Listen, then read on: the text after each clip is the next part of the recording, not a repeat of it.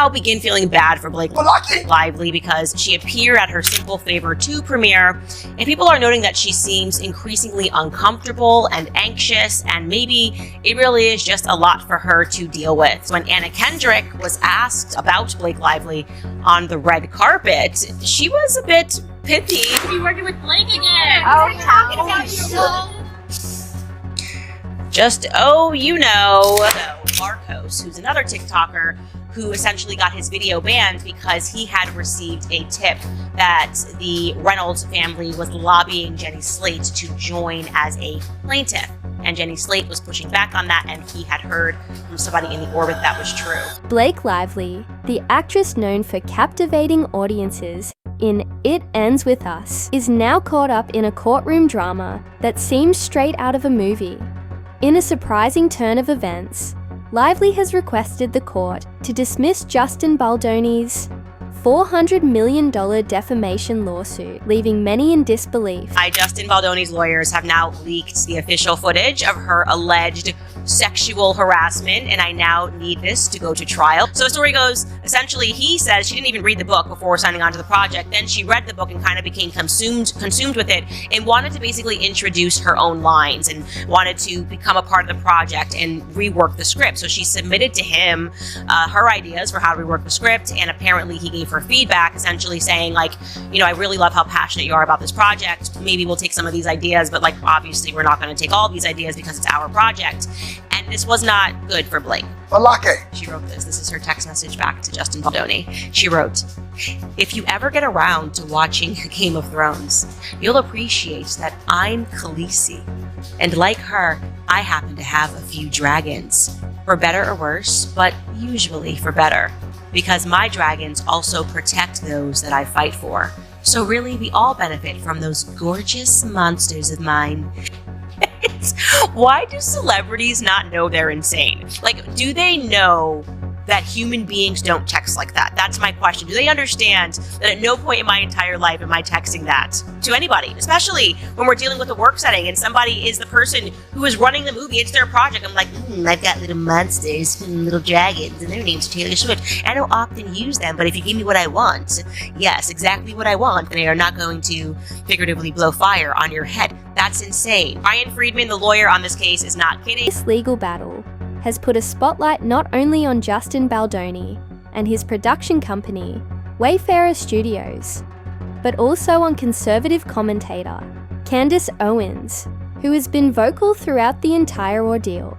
With allegations of misconduct, countersuits, and public feuds, this real-life drama delivers a captivating mix of intrigue, scandal, and even a dash of the absurd. So they wrote in the last paragraph, late last night, which is what I said, I tweeted this, late last night while we all slept, Blake Lively and Ryan Reynolds filed a protective order. The guilty as sin couple is asking the judge to protect from the public some confidential documents and names that will be gathered in the discovery process. And then after they put my tweet, they write, predictably, the media outlets picked up the same narrative. Okay, yeah, but that's what you did. Like, what am I guilty of here? Leading the pack of people, like, because, like, what, we're psychotic and we're checking your filings every day? And we said, oh, look, yeah, she's filing for more protection to protect, she thinks it's confidential documents. We just read through this. We showed the public that's what you're doing. So I don't understand why I got name checked here. And then just to say, predictably, the media outlets picked up the same narrative. They're like, they got me out here looking like Regina George when she cuts her shirt. And then everybody just starts cutting their shirts. It's like, no, I'm just telling the truth. The saga began in December 2024, and Lively filed a complaint with the California Civil Rights Department, accusing Baldoni of misconduct during the production of It Ends With Us.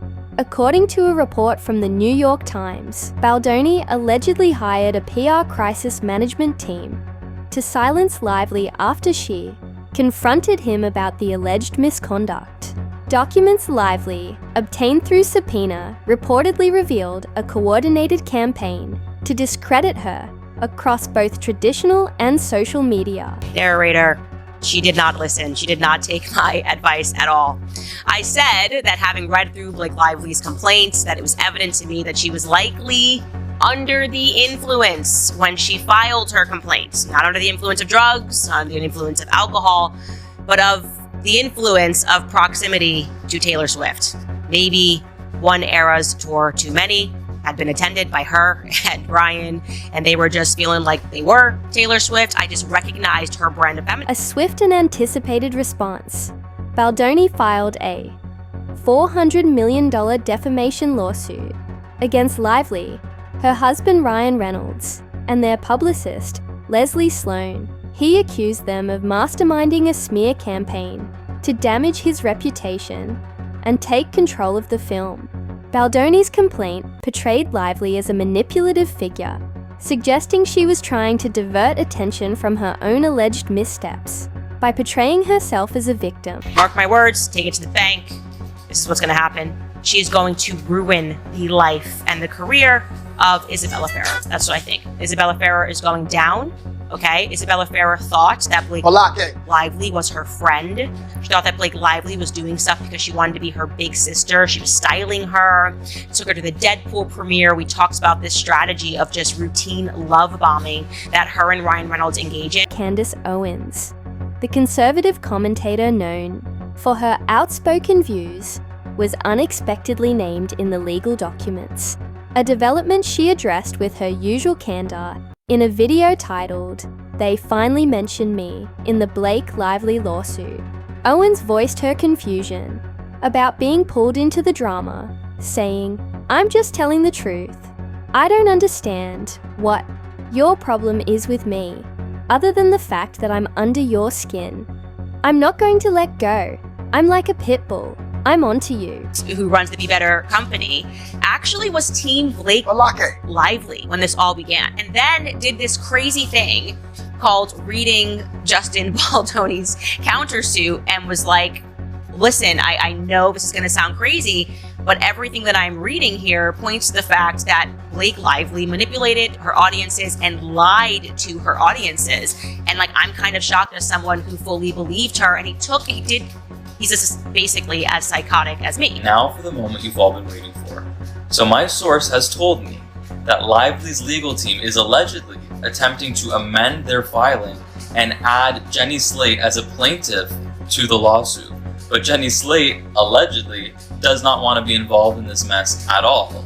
And if she rejects their offer to be made an actual plaintiff in the case, which seems likely, they're likely going to subpoena her anyway and just include her testimony or her as evidence, because she allegedly has had some very bad experiences with Justin Baldoni in regard to harassment or being made to feel uncomfortable on set. I think at this point, Lively's team very strongly believes that if they're able to add more women officially to the lawsuit, that the claims will look more legitimate. But at this point, I don't think Jenny Slate or anyone else on the cast really wants to jump aboard